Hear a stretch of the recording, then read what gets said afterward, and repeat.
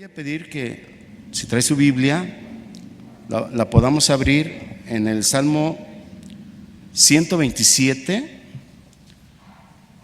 Vamos a basar la enseñanza en dos salmos cortitos, el Salmo 127 y el Salmo 128. Vamos a ver ahorita algunas características que envuelven el contexto de estos dos salmos,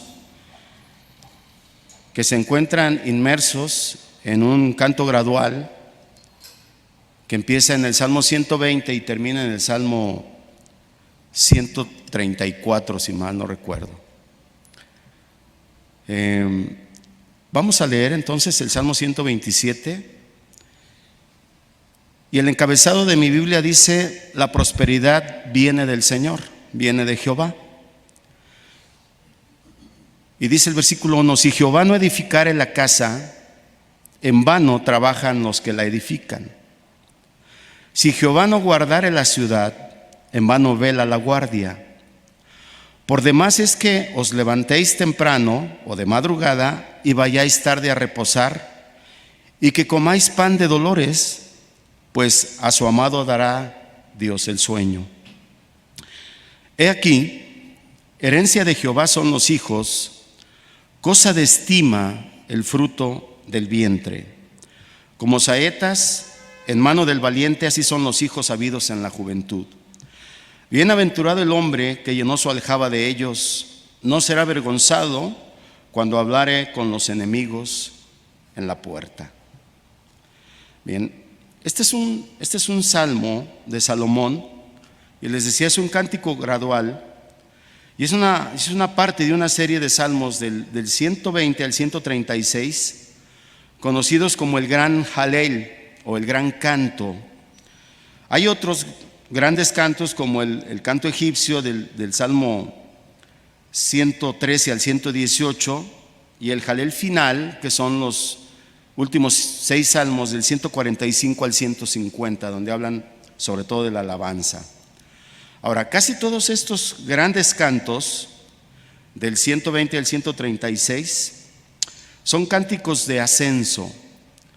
Mire, cuando las principales fiestas de los judíos, que las celebraban en Jerusalén y particularmente en el templo estaba a una altura de aproximadamente 823 metros de altura o de elevación, y lo hacían durante las 3 fiestas principales, que eran los panes sin levadura o la Pascua, y la fiesta de las semanas o el Pentecostés y la cosecha, la fiesta de la recolección o de los tabernáculos y las cabañas. Y estos cánticos comienzan muy lejos de Jerusalén, en la región de Cedar. Es una región que está frente a Egipto, entonces a varios kilómetros. Y se van aproximando a Jerusalén hasta que los peregrinos llegan al templo. Y en el templo empiezan a adorar a Dios antes de entrar. Y ya cuando están en las puertas del templo, los levitas les contestaban y les decían: bienvenidos a la casa del Señor, entre otras cosas. Entonces, todos estos cantos se llevaban a cabo durante peregrinaciones que acudían a las fiestas principales del templo. Esto es importante porque los judíos solamente tenían un lugar de adoración, y era el templo de Jerusalén. Entonces, ellos anhelaban, cada que había una gran fiesta, anhelaban ir a la casa del Señor, porque las sinagogas eran lugares de enseñanza, pero el templo era el lugar de adoración. Entonces, estos cánticos de ascenso contenían diferentes temáticas de adoración, particularmente estos del 120 al 136. Había plegarias ante el peligro de la lengua engañosa de los mentirosos. Había cánticos pidiendo el socorro del Señor. Había cánticos de oración por la paz de Jerusalén. Había plegarias de misericordia. Había alabanzas por haber sido librados de los enemigos. Había cánticos de gracias porque Dios protege a su pueblo. Y había oraciones por la restauración del pueblo después del cautiverio. Pero estos dos salmos en particular, el 127 y el 128, son un cántico a la familia, a darle gracias al Señor por la prosperidad basada en Dios, en el Salmo 127, por el gozo de tener hijos y valorarlos, y por la creación de la casa como tal. Ahorita vamos a ver que tenía otro significado, no solamente el hecho de edificar un edificio, sino de la casa de cada uno de nosotros. Existía la casa de David, existía la casa de Leví, y así sucesivamente. Entonces, muchas veces más que dirigirse a la edificación de un edificio, es a la edificación de la casa de cada uno de nosotros. Amén. Bueno, el Salmo 127 es un cántico por la prosperidad, y dice que la prosperidad viene del Señor. Si Jehová no edifica la casa, en vano trabajan los que la edifican. Es decir, si el Señor no está detrás de la edificación de nuestra casa, en vano trabajamos. Ahora, no se refiere a la prosperidad como la buena suerte en lo que se emprende, sino en entender que Dios es soberano. Dios está sobre todas las cosas. Amén. El mensaje principal es que Dios es central para la vida y es soberano sobre todo lo que nosotros hacemos. Llámese edificar una casa, llámese emprender un negocio, llámese lo que sea. Si no ponemos a Dios por delante, en vano trabajamos. Amén. Todos nosotros hacemos en nuestras fuerzas muchas cosas sin considerar a Dios, pero todas estas cosas fracasarán, porque son vanidad de vanidades. Si nosotros no consideramos a Dios, no podremos tener éxito verdadero, no el éxito del mundo, el éxito delante del Señor. Podemos parecer como exitosos, como prósperos para el mundo, incluso como intelectuales, pero si lo hacemos en nuestras fuerzas, seguro claudicaremos, seguro caeremos algún día o en algún momento. Dice Salomón en Eclesiastés 2:24, no hay cosa mejor para un hombre, sino que coma y beba y que su alma se alegre en su trabajo, porque también he visto que esto es de la mano de Dios, de la mano de Dios. Es bueno disfrutar de lo que hacemos, de nuestro trabajo, de la provisión, de la comida, de la bebida, pero siempre que reconozcamos que todo proviene del Señor y que todo lo hacemos agradándole a Él en todo. Eclesiastés 2:26 dice, porque el hombre que le agrada a Dios, al hombre que le agrada a Dios, Dios le da sabiduría, Dios le da ciencia y gozo, pero al pecador da el trabajo de recoger y amontonar para darlo al que a Dios le agrada. Es muy claro el mensaje. El Salmo 127 y el 128 desarrollan un mensaje muy fuerte y muy firme acerca de la familia.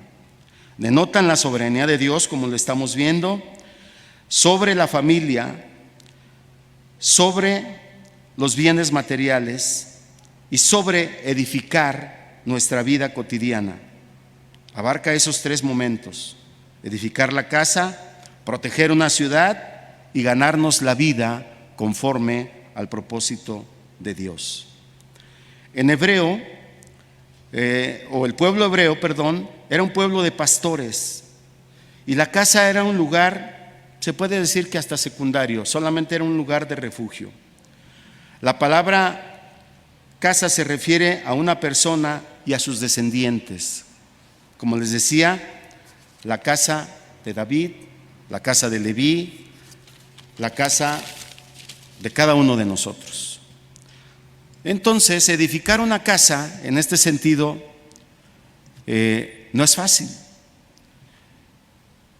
porque significa edificar la casa de uno como padre, ¿sí? Y esa es una gran responsabilidad delante de Dios. Habla de la posición de nosotros como padres, varones en el hogar, pero también de las mujeres, ¿sí? Un hogar se compone de padre y madre. La idea oriental de la familia es un pequeño reino en sí mismo sobre el que el padre es el jefe supremo, pero sin dejar a un lado a la madre. Ahorita vamos a ver por qué. Cada compañía, cada tribu, cada comunidad, cada familia debe de tener un padre como cabeza del grupo. Un hombre es padre de lo que inventa. ¿Qué estamos inventando nosotros en nuestra familia? ¿O cómo la estamos formando? Por ejemplo, Jubal fue el padre de los que manejan el arpa y el órgano, porque él lo inventó. Jabal fue el padre de la agricultura, porque él inventó los utensilios de la arquitectura. Y la pregunta sería: ¿qué estamos haciendo nosotros como padres, como responsables del hogar, como representantes de Dios en la tierra? ¿Estamos respetando el concepto de familia tal y como Dios lo instituyó?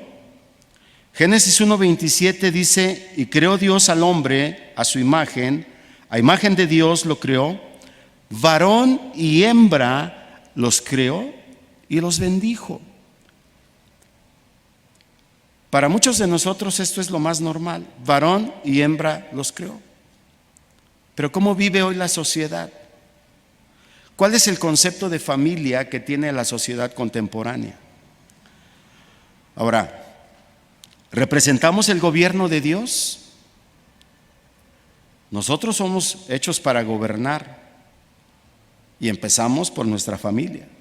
Cuando el Señor dijo: fructificad y multiplicaos, llenad la tierra y sojuzgadla, también dijo que nosotros teníamos que dejar prole, dejar familia.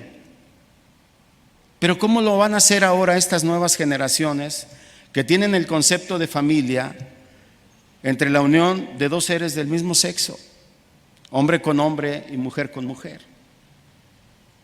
Eso denota que ellos están en contra del plan de Dios. Amén.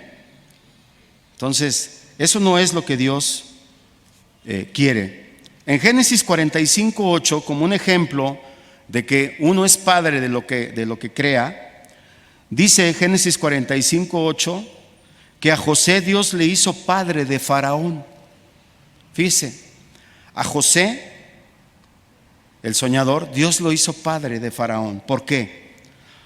Porque él no solamente interpretó su sueño, sino lo orientó y le dijo lo que tenía que hacer cuando había abundancia de vacas gordas y cuando había escasez de vacas flacas.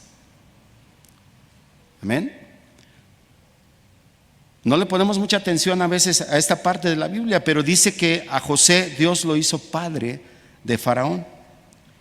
Y es que en la mente oriental no se concibe que ningún grupo o cuadrilla deje de tener a alguien que sea el padre de ellos.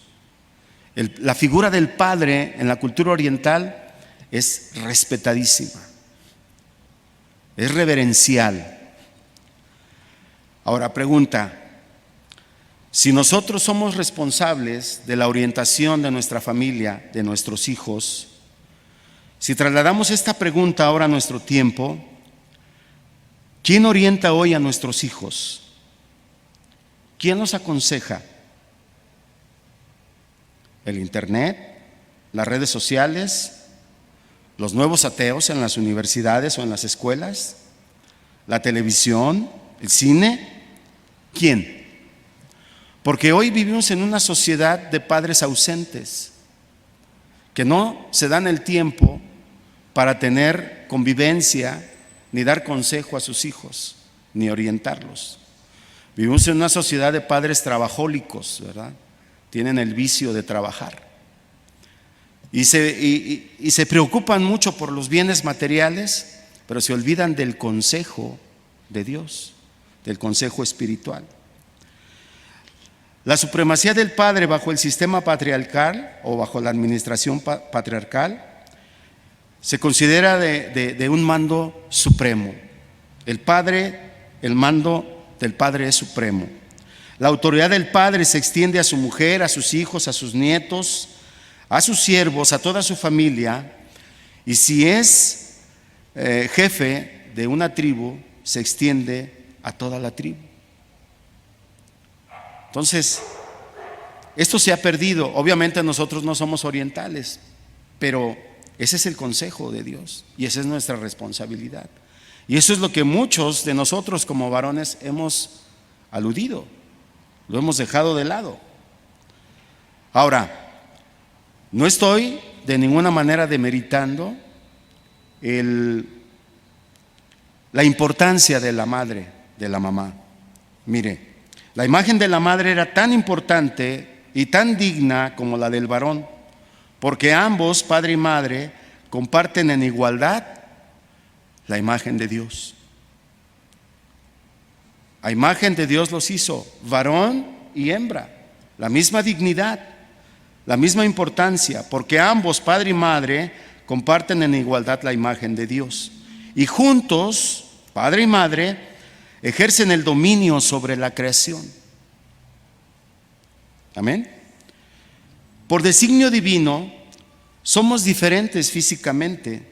Y la razón de esto es porque hay una orden divina de poblar la tierra, de multiplicarse y de reproducirse.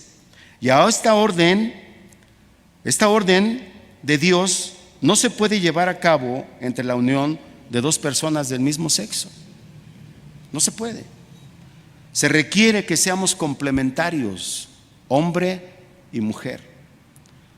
Vean lo equivocado que están todas estas ideologías contemporáneas, ¿no?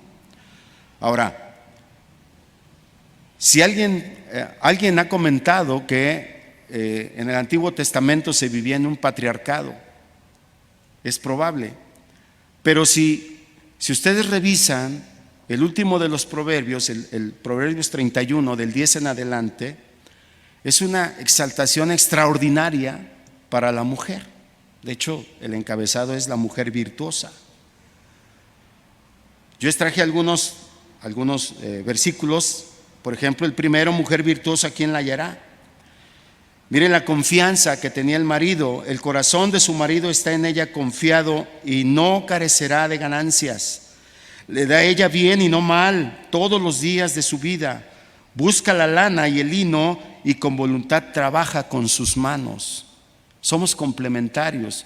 Nuestra esposa es nuestra ayuda idónea. Yo no sé usted qué piense, pero yo no puedo concebir mi vida sin mi esposa. No lo entendería. Se levanta aún de noche y da comida a su familia y ración a sus criadas. Se levantan sus hijos y la llaman bienaventurada y su marido también la alaba, la bendice. Bendecimos a nuestra esposa. La mujer que teme a Jehová, esa es la mujer que será alabada. Dadle del fruto de sus manos y alábela en las puertas de sus obras. De modo que edificar una casa requiere de marido y mujer, de ambos, esposo y esposa. De otra forma no hay manera de reproducirse, no hay manera de dejar prole, no hay manera de poblar la tierra. Y como consecuencia de la unión entre un hombre y una mujer, he aquí herencia de Jehová son los hijos, cosa de estima el fruto del vientre, como saetas en manos del valiente, así son los hijos habidos en la juventud. Bienaventurado el hombre que llenó su aljaba de ellos, no será avergonzado cuando hablare con los enemigos en la puerta. Criar hijos no es fácil. A veces incluso resulta penosa esta tarea para las parejas de hoy. A veces, en lugar de ser una bendición para la familia, resultan una carga. Y andan viendo a ver dónde los encargan, andan viendo a ver quién los educa. andan viendo a ver quién los instruye. Pareciera que en lugar de una bendición, es una carga. Ahora, esta parte del Salmo nos habla de la educación de los hijos, de la guianza de los hijos. ¿Sí? Cuando dice, como saetas en manos del valiente, así son los hijos sabidos en la juventud, nos habla de que nosotros tenemos que prepararlos para que cuando ellos enfrenten el mundo tengan argumentos y sabiduría para poder enfrentar las cosas que están fuera de casa, en la escuela, en la calle, en donde ellos se reúnan. Doctor, ¿cuándo debo empezar a educar a mi hijo?, preguntó una madre joven, y el doctor le responde, ¿qué edad tiene su hijo? 2 años. Le responde el doctor, pues son 2 años los que ya lleva usted perdidos, le dijo con severidad. La educación se mama. La educación es en casa. Los principios, los valores que nuestros hijos van a aprender, los aprenden en casa. Ahí es donde les inculcamos valores y buenas costumbres, buenos principios y ética moral y espiritual. Y nos corresponde a nosotros como padres de familia. No es a la escuela. Hay una idea muy equivocada de que los hijos se van a educar a la escuela. No, los hijos se van a instruir a la escuela. A veces más bien se van a deseducar a la escuela porque aprenden cosas que no deben de aprender.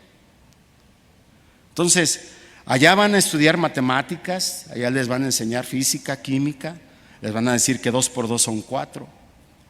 Pero los valores morales, éticos, los principios de Dios nos corresponden a nosotros. Oliver Wendell Holmes, un escritor y filósofo inglés, dio la misma respuesta ante una pregunta similar y se fue aún un poquito más tarde, más a fondo, perdón. Y él dijo, y eso nos atañe, por ejemplo, a mí en lo personal, tienes que empezar por educar a los abuelos, porque son demasiado consentidores. O sea, no es solamente educarnos como padres. Ahora los que tenemos nietos, que queremos darle a nuestros nietos lo que no les dimos a nuestros hijos, nos convertimos en malos educadores y nos convertimos en consentidores y confundimos el amor paternal con la mala crianza, porque a los niños hay que disciplinarlos desde siempre. Aprendamos de padres que saben corregir con justa severidad los defectos del niño desde su tierna infancia, porque es cuando lo necesitan.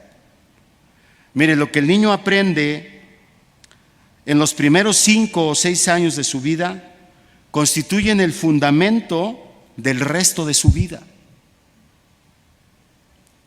Muchos queremos empezar a educarlos a los 5, 6, 7, 8 años. Algunos ni siquiera los educan.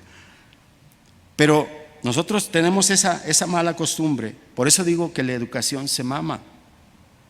La educación empieza desde el vientre de la madre. Desde ahí se le puede hablar al niño.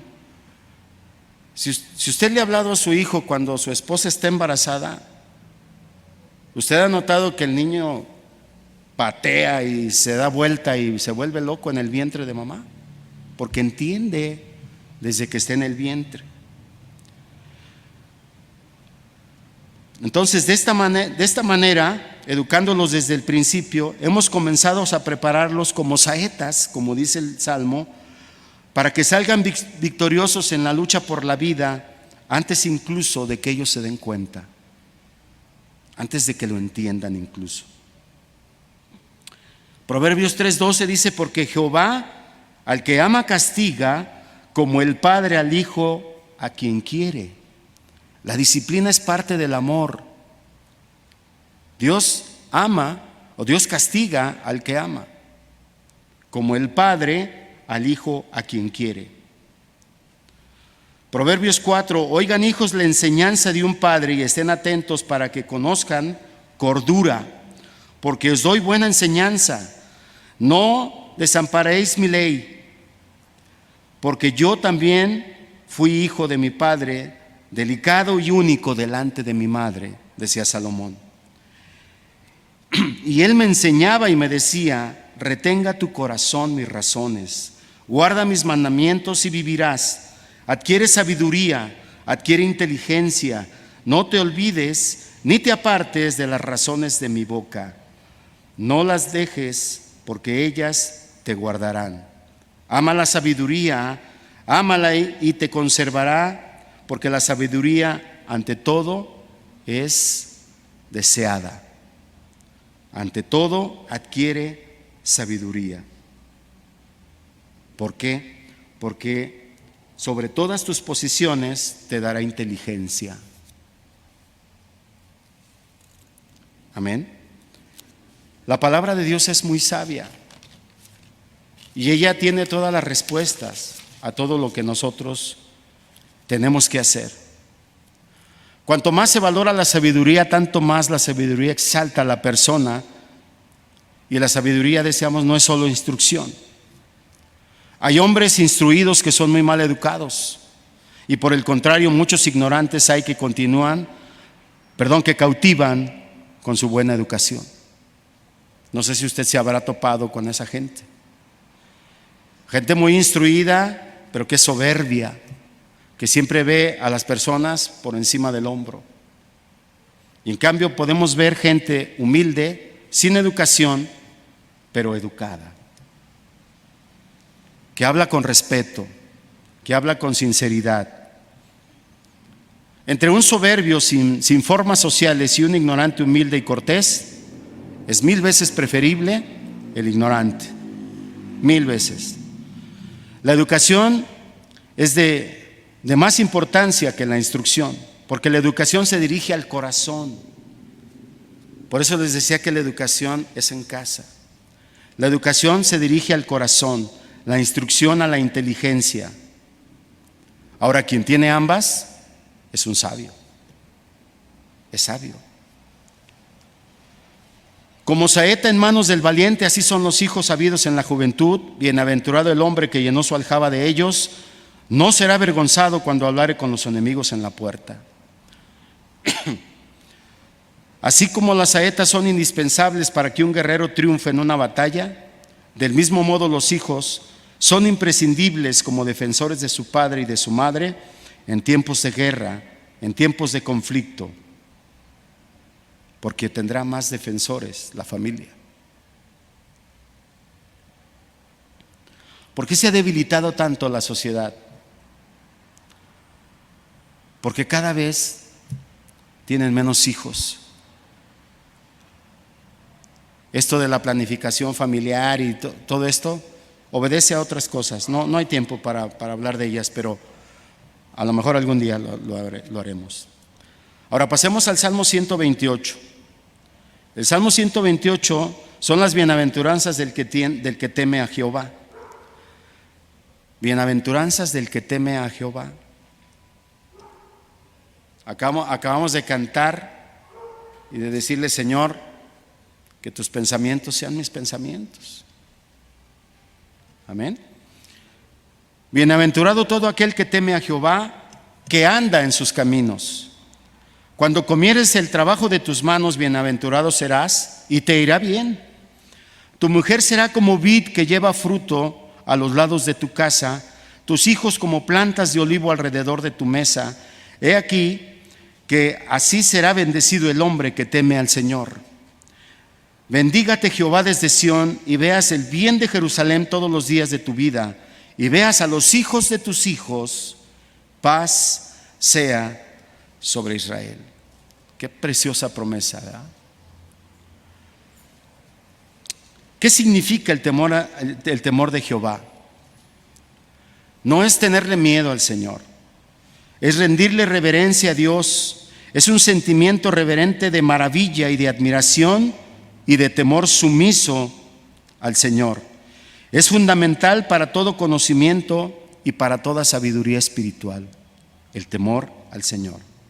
Por eso Job 28:28 dice: he aquí que el temor del Señor es la sabiduría, y el apartarse del mal, la inteligencia. La inteligencia. Proverbios 1:7 dice que el principio de la sabiduría es el temor de Jehová, pero los insensatos desprecian la sabiduría y la enseñanza.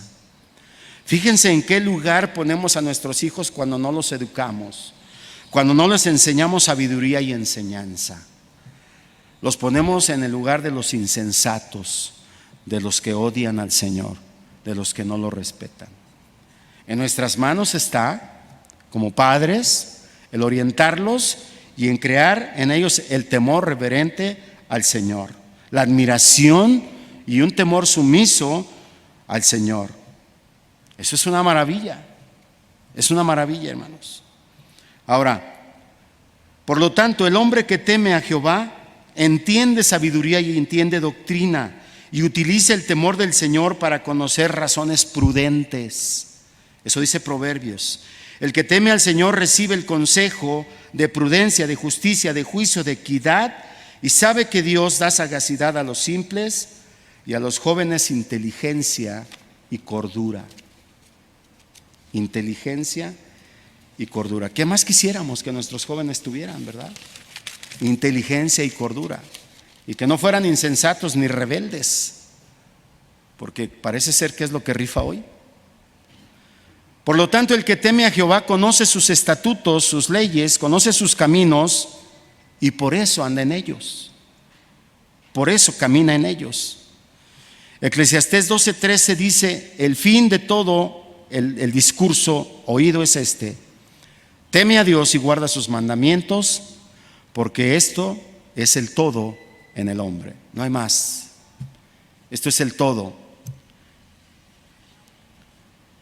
Nuestro anhelo como padres de familia debe de ser el de pedirle a Dios la suficiente sabiduría para corregir a nuestros hijos a tiempo, para educarlos en la palabra de Dios y en la adoración del Señor, que eso es algo que se nos ha olvidado.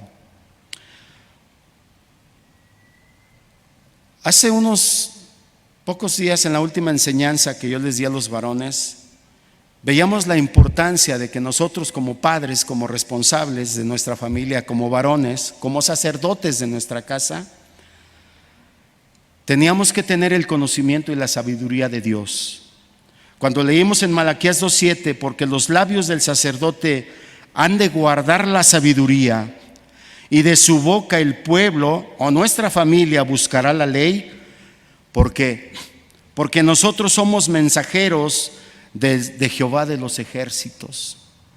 Nosotros como padres de familia somos mensajeros de la palabra de Dios. Es decir, de los labios del padre de familia debe de brotar el conocimiento, el saber, el entendimiento, la inteligencia, el discernimiento, la habilidad y el ingenio para educar a la familia. De nosotros depende, padre y madre. De nosotros debe de brotar conocimiento, saber, entendimiento, inteligencia, discernimiento, habilidad, ingenio para educar a nuestra familia. La ignorancia mata. Oseas 4 dice que el pueblo muere porque le falta conocimiento. Si nosotros queremos que nuestros hijos sobrevivan a este mundo, a esta sociedad, eduquémoslo en la palabra de Dios.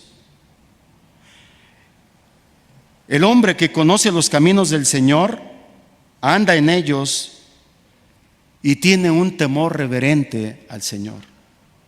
Es sabio, es inteligente. En el versículo 2 dice: cuando comieres del trabajo de tus manos, bienaventurado serás y te irá bien. Quiere decir que el hombre de la casa, el hombre que conoce al Señor, sabe trabajar. sabe trabajar para edificar a su familia, cumple con sus obligaciones y es un varón responsable, tiene ética de trabajo y por eso le va bien. Por eso le va bien, porque es perseverante en el trabajo. Cuando uno se casa, sabe que adquiere un compromiso y la responsabilidad de la manutención de la esposa y de los hijos. Amén. Pero además, somos responsables de la cobertura espiritual, porque nuestra familia la necesita, como nosotros también. Necesitamos la cobertura de Cristo. Entonces, de la misma manera como se necesita una identidad existencial, saber que somos hijos de Dios, creados a su imagen y semejanza, enseñarles a nuestros hijos que no fuimos creados por la casualidad, como si fuéramos una amiba o la mutación de un pez, todas estas teorías de la evolución, todas estas barbaridades que enseñan estas doctrinas mundanas, enseñarles que el ser humano fue creado a imagen y semejanza de su Creador. Por eso el ser humano tiene una cosmovisión cristiana y entiende que hay una dignidad intrínseca en cada uno de nosotros por la manera en que fuimos creados, a imagen y semejanza de Dios. No dejemos que esas ideas se introduzcan en la mente de nuestros hijos. Además, ni siquiera tienen sentido, ni siquiera tienen lógica, no resisten un análisis científico, no lo resisten. De manera que la responsabilidad del hombre que teme a Dios no es solo la manutención material, sino darles una identidad, una cobertura espiritual en relación a los valores que la palabra de Dios nos enseña. En eso consiste la educación. Ahora, Proverbios 128:3 habla de la mujer, de nuestra esposa. Dice: tu mujer será como vid que lleva fruto a los lados de tu casa, tus hijos como plantas de olivo alrededor de tu casa. Miren, esto tiene un significado extraordinario en el Antiguo Testamento. Junto con el olivo, junto con la higuera y la vid, gozaban de mucho aprecio entre el pueblo israelita. Estos tres frutos. Por ejemplo, así se prometía una tierra de Canaán con 7 productos que simbolizaban la abundancia y la paz. Tierra de trigo y cebada, de vides, de higueras y granados, tierra de olivos, de aceite y de miel, dice Deuteronomio 8:8. Y esta expresión que aparece en Primera de Reyes 4:25 y en Zacarías 3:10, que dice: debajo de su parra o de su vid y debajo de su higuera, vino a ser un sinónimo de un estado ideal de paz y de prosperidad para el pueblo de Dios. ¿Por qué? Porque el pueblo de Dios era un pueblo errante. Durante los 40 años que anduvo vagando en el desierto, el anhelo de su corazón era estar sentados debajo de una vid o debajo de una higuera para adorar al Señor. Anhelaban en medio del desierto este fruto, este árbol. Ahora, lo que Dios describe en esta porción del Salmo 128:3 es que la mujer de este hombre es sinónimo de bendición y de paz. Por eso le dice: tú estarás al lado de tu cama como olivo y como vid. En el Antiguo Testamento se presenta al pueblo de Israel como un viñedo, y el dueño del viñedo es el Señor. Es el Señor. Y en el Nuevo Testamento, en Juan 15:15, el Señor Jesús compara su relación entre sí y los suyos a la vid y a sus pámpanos. Separados de mí, nada sois, como el pámpano en la vid. La relación entre el hombre y la mujer en el matrimonio debe de ser tan estrecha, tan dependiente entre sí, que forme lazos irrompibles e incorruptibles. Esa debe de ser la relación entre una pareja, relaciones sólidas en todo lo que se emprenda, desde la crianza de los hijos hasta la decisión de los negocios de la vida. Por eso Proverbios 31:16, donde dice de la mujer virtuosa: considera la heredad y la compra, y planta viña del fruto de sus manos. Hermanos, nuestra esposa es nuestra ayuda idónea. Estamos a la par. Dios sacó a la mujer de la costilla de Adán, no de la cabeza ni de los pies. Somos iguales en dignidad delante del Señor. La mujer ve que bien van sus negocios, los negocios del marido, y su lámpara no se apaga de noche. Fuerza y honor son sus vestiduras, y se ríe de lo porvenir. La esposa del hombre que teme a Dios. Se levantan sus hijos y la llaman bienaventurada, y su marido también la alaba. En la segunda parte del Salmo 128:3 dice: tus hijos como plantas de olivo alrededor de tu mesa. Nuestros hijos en convivencia alrededor de la mesa junto con nosotros. Hoy la mesa se ha dividido. Hoy se ha incrustado una pantalla ahí que deja entrar muchas cosas de afuera y se acaba la comunicación. Hoy, en lugar de ser una mesa de convivio, parece un hotel en donde cada uno está con su celular, cada uno está con sus cosas y no hay comunión, no hay nada. El hombre y la mujer que temen al Señor tienen en tan gran estima a los hijos que Dios los compara como plantas de olivo. El olivo era considerado como el oro líquido. El aceite del olivo tiene muchos usos, desde la cocina hasta combustible para alumbrar en la noche. No había electricidad y las lámparas se llenaban con aceite. Los granos, los vinos y el aceite del olivo formaban la base de la economía de Israel. El justo es como olivo verde en la casa de Dios. El justo se compara con el árbol del olivo. El justo es como olivo verde en la casa de Dios. Un olivo lleno de aceitunas es un espectáculo maravilloso, hermoso, y es tomado como signo de abundancia. Así son nuestros hijos. Y dice que los hijos son como planta de olivo alrededor de la mesa. Hay una estrecha relación entre los padres y los hijos. Debe de haber una estrecha comunión entre nosotros y nuestros hijos, juntos alrededor de la mesa, en comunión, en respeto, en armonía. Y no como decíamos, como si fuera un hotel. Hoy hay hijos ausentes el uno del otro. Pueden estar juntos en la misma mesa, pero sin comunicación, aislados, sin comunión, sin convivencia y muchas veces sin respeto. Solamente están peleándose. Esas son las nuevas relaciones humanas en nuestra sociedad. Revisemos nuestra familia y pongamos remedio. En cambio, en la mesa del hombre que teme al Señor hay armonía, hay respeto, hay buena comunión entre sí, porque han aprendido del Padre la instrucción y la disciplina del Señor. La disciplina del Señor. Respeto y buena comunión entre sí. Instruir a un hijo es comunicar entendimiento. Instruir a un hijo es llenarlo de conocimiento, pero no de valores. ¿Sí? Los conocimientos necesarios para formar juicios de las cosas nos corresponden a nosotros. Educarlos en ese sentido. Educar a los hijos es inculcar los valores cristianos, el amor y el respeto a Dios y a sus padres y a sus mayores, porque eso se ha perdido.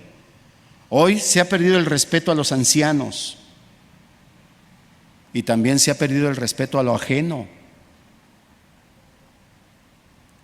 Hoy es muy fácil robar y posesionarse. Enseñarles principios como la cordura, la sabiduría para tomar buenas decisiones para toda la vida. Enseñarles el consejo de justicia, juicio y equidad para con todos sus similares, para con todo su prójimo. Y cuando hacemos lo que aseveramos, es que estamos cumpliendo con la misión que Dios nos dio.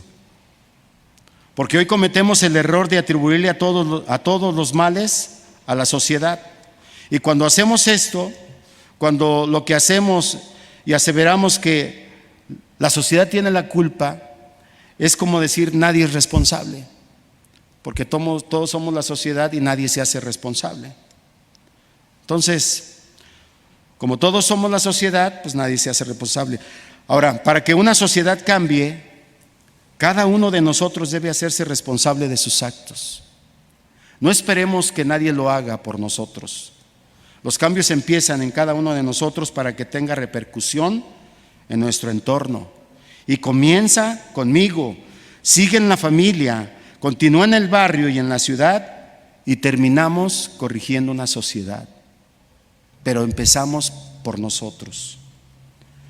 Es así como un hombre que teme al Señor educa a sus hijos. Como responsables de cada uno de sus actos y de sus decisiones, para que en un futuro cada uno de ellos tome buenas decisiones que impactarán en su entorno, en su trabajo, en su escuela, en la calle, en la familia. He aquí que así será bendecido el hombre que teme a Jehová. Bendígate Jehová desde Sión y veas el bien de Jerusalén todos los días de tu vida.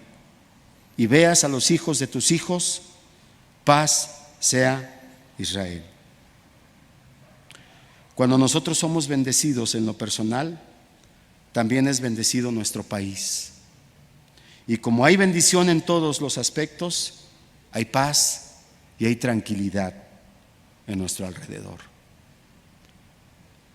Vean el alcance que tiene el educar correctamente a nuestros hijos y el educarnos a nosotros mismos.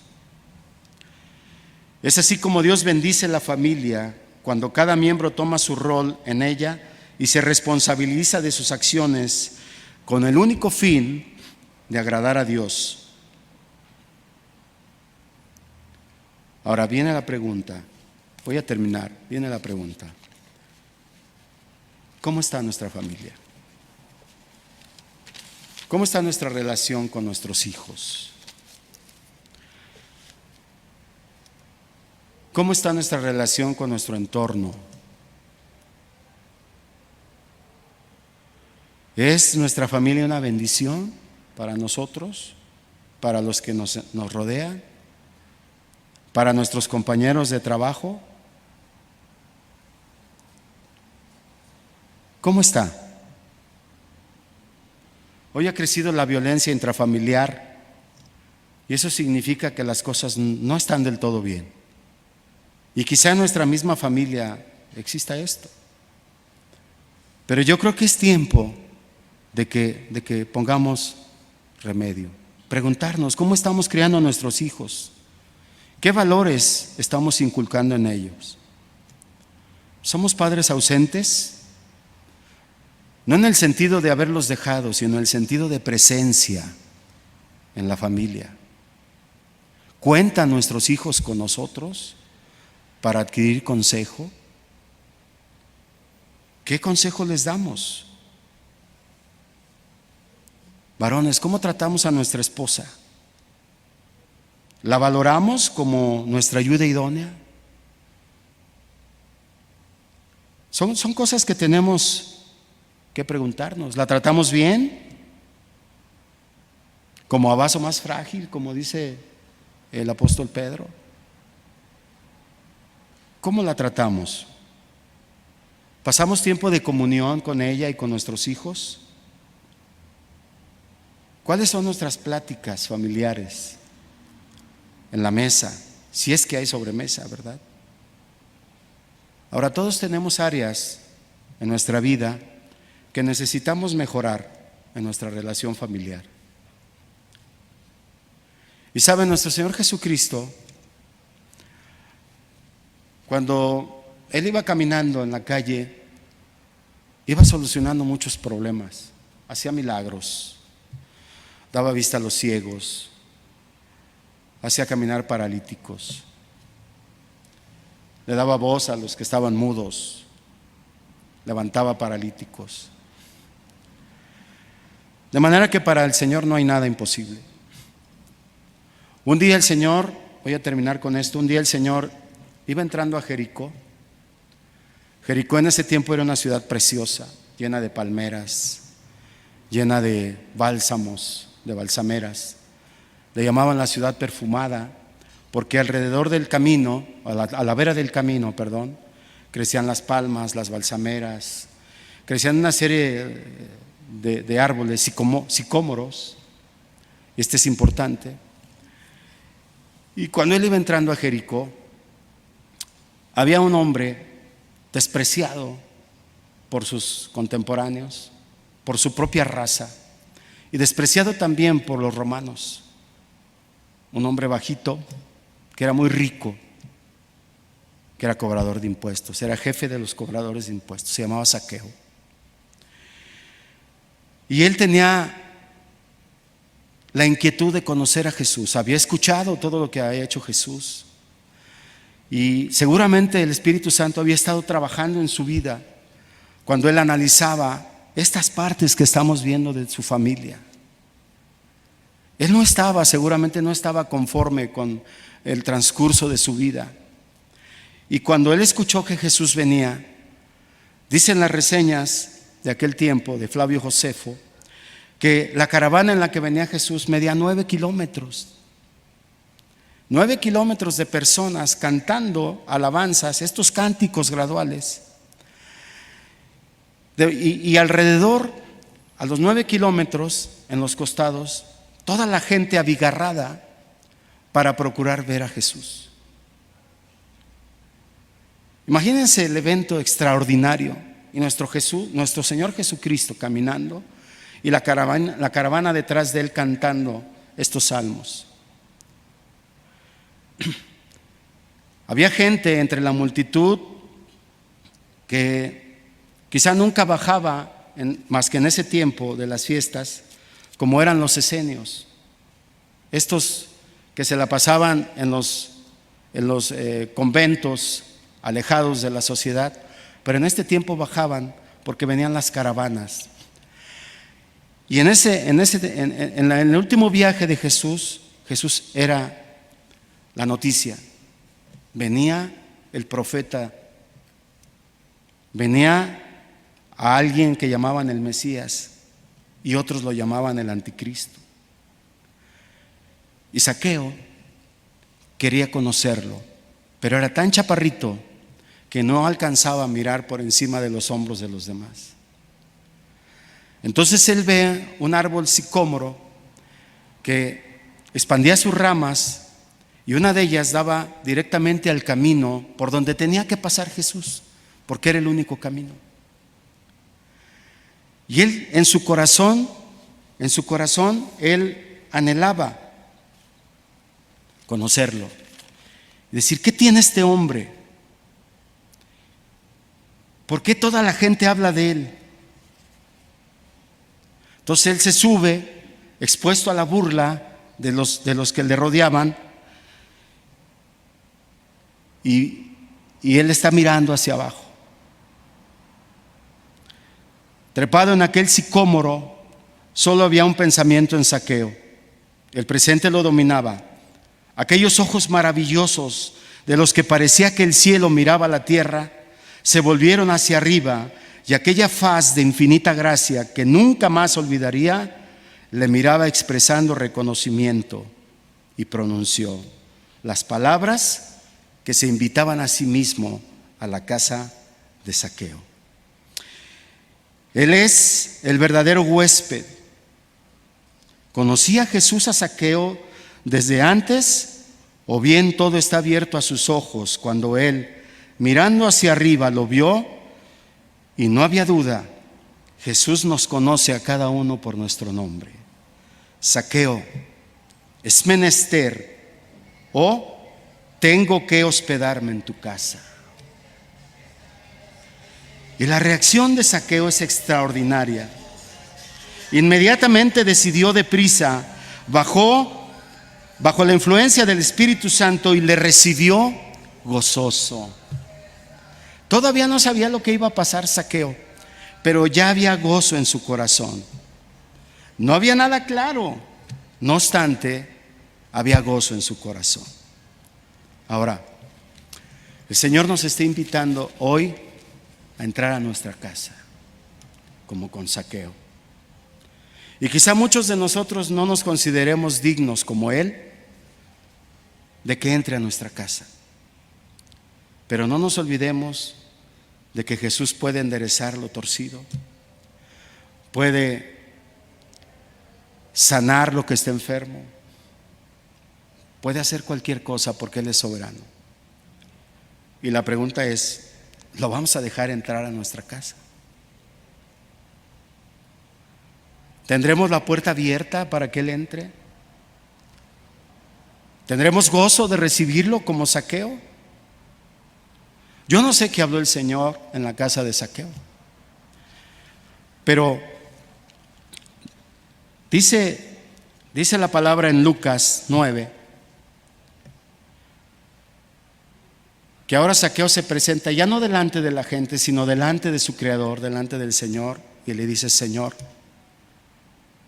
si en algo he robado a alguno, se lo devolveré cuadruplicado, y la mitad de mis bienes lo daré a los pobres. ¿Qué habló Jesús con Zaqueo? No lo sabemos, la Biblia no lo dice. Pero algo pasó en la vida de este hombre. Algo pasó que cambió radicalmente su vida. Y yo creo, no lo dice la Biblia, pero yo creo que su esposa estaba orando por él. Seguramente su esposa en las noches cuando llegaba le decía: Zaqueo, no estás actuando bien. Eres un hebreo, eres un judío, y delante del Señor estás en pecado, estás en falta. Y esas palabras y el Espíritu Santo en el corazón de Zaqueo debieron haber hecho efecto. Y cuando Jesús lo vio y le dijo: baja de ese sicomoro, porque es necesario que more en tu casa. De la misma manera, hermanos, es necesario que Jesús entre en nuestra casa. De nosotros depende abrir la puerta o cerrarla. Hay muchas bendiciones, hay mucho que el Señor nos puede dar, y mucho que el Señor nos puede enseñar y disciplinar también. Vamos a abrir la puerta de nuestra casa. Le daremos entrada al Señor. Lo invitaremos a cenar. Vamos a orar. Yo quiero dejar esas preguntas en su corazón, y vamos a orar y vamos a pedirle al Señor que entre a nuestro hogar, que entre a nuestra casa. Oremos. Padre, te damos muchas gracias, Señor, porque tu palabra es hermosísima, Señor, es preciosa. Cómo nos edificas, Señor, cómo nos redarguyes, cómo nos hablas, Señor, a nuestro espíritu a través de ella. Nos dejas ver entre líneas cuán maravilloso es tu presencia, es tu sabiduría. Hoy queremos abrir las puertas de nuestra casa a ti, Señor, porque sabemos que teniéndote en casa seremos una familia de bendición, Padre, para todo nuestro entorno.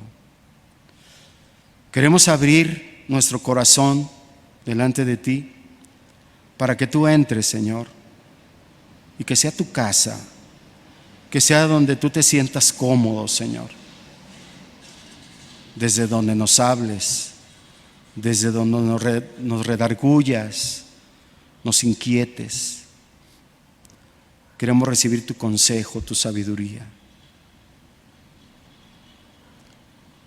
Enséñanos, Señor, a amarte, a alojarte en nuestro hogar. Si supiéramos de lo que nos estamos perdiendo, Padre. Muchas gracias, Señor. Esperamos que haya sido de bendición, Señor, esta breve enseñanza para estos matrimonios y para los que están escuchando, Señor, a través del internet. Te pedimos que tu bendición venga, Padre. Nosotros no tenemos poder para bendecir a nadie, pero tú sí, Señor. Tú puedes bendecir nuestra casa. Y queremos abrir hoy nuestro corazón para que lo hagas, Padre. Muchas gracias, Señor. Muchas gracias. En el nombre de Jesús. Amén.